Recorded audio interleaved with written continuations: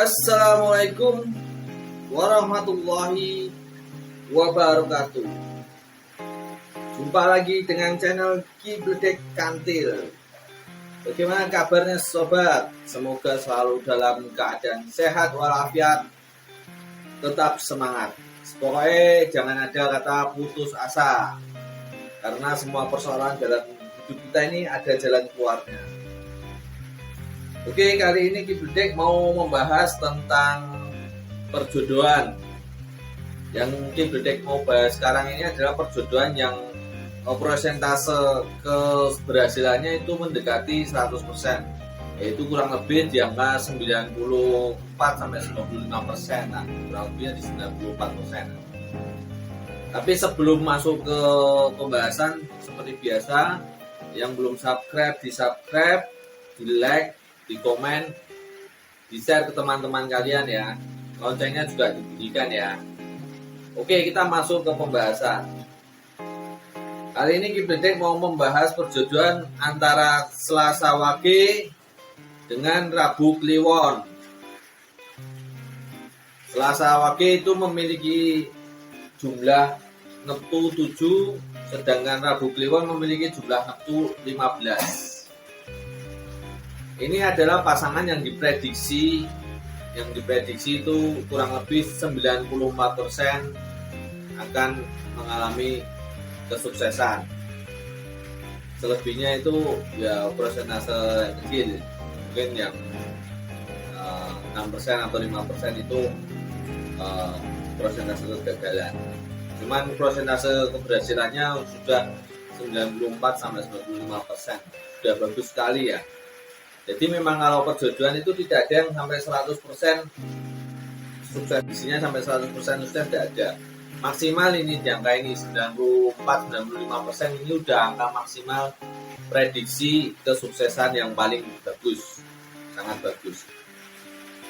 Oke, kali ini Kibledek memakai pendekatan 10 metode yang Kibledek pelajari ya, yang Kibledek pahami itu memakai pemahaman atau penilaian 10 metode yang nanti kemudian akan disimpulkan hasilnya. Oke, Selasa Wage dan Rabu Kliwon. Selasa 7, Rabu Kliwon 15. Jumlah kedua pasangan ini neptunya adalah 22. Kalau kita pakai pendekatan yang pertama, itu hasilnya adalah rukun. Ini masuk ke positif karena rukun adalah sesuatu yang didambakan setiap pasangan ya. Ini positif.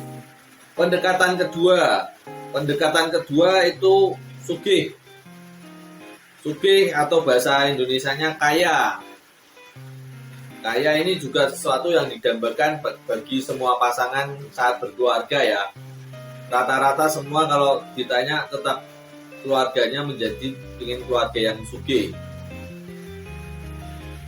Terus pendekatan metode ketiga itu jatuh di bejo.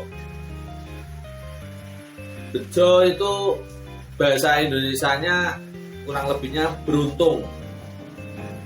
Jadi ini juga dambaan semua keluarganya ingin selalu mendapatkan keberuntungan dalam mengarungi mahligai rumah tangga, itu ingin selalu mendapatkan keberuntungan. Ini juga masuk ke positif. Pendekatan metode keempat jatuh di pangan. Jadi ada sandang, pangan, papan. Pangan ini termasuk rezeki yang ya tidak banyak, tidak sedikit. Termasuk lumayan banyak. Meskipun tidak banyak sekali. Itu juga masuk ke positif. Pendekatan kelima masuk ke dana. Dana ini juga metode pendekatan yang kelima ini juga mengatakan kalau dana ini adalah sesuatu yang positif. Jadi ini tentang masalah keuangan juga, masalah perekonomian. Positif. Pendekatan keenam itu Waseso Segoro.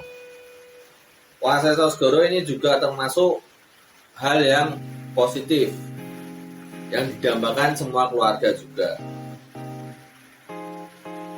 Terus pendekatan 1, 2, 3, 4, 5, 6, 7. Pendekatan yang ketujuh, metode yang ketujuh itu Selasa Wage dan Rabu Kliwon jatuh di tunggak semi.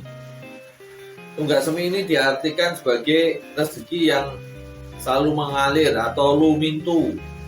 Jadi selalu ada, tidak kekurangan. Jadi tinggal sedikit ada yang tambahan baru lagi, tinggal sedikit ada tambahan lagi. Itu namanya lumintu. Jadi tunggak semi ini masuk sangat positif.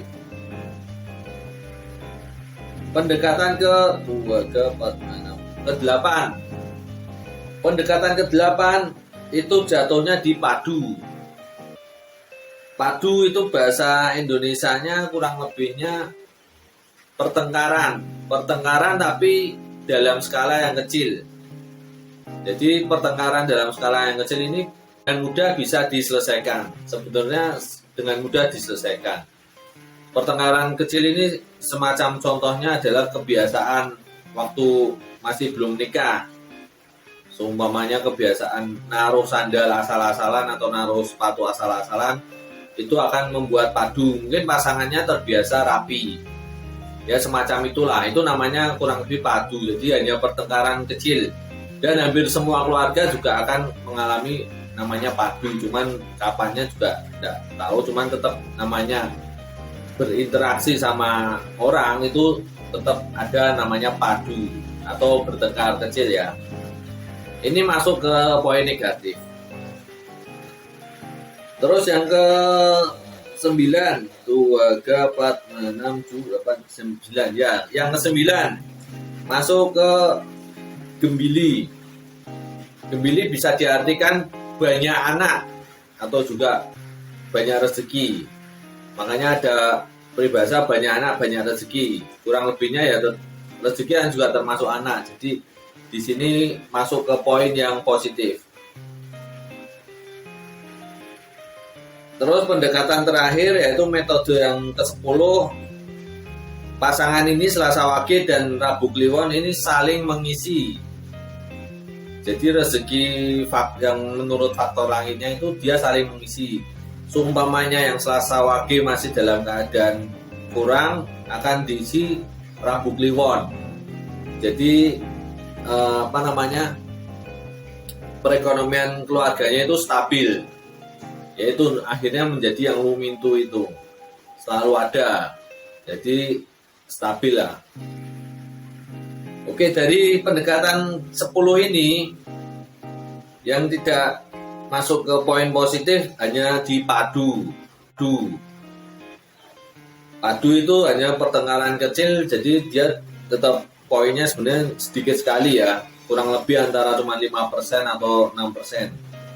Jadi kalau di keseluruhannya itu bagus semua.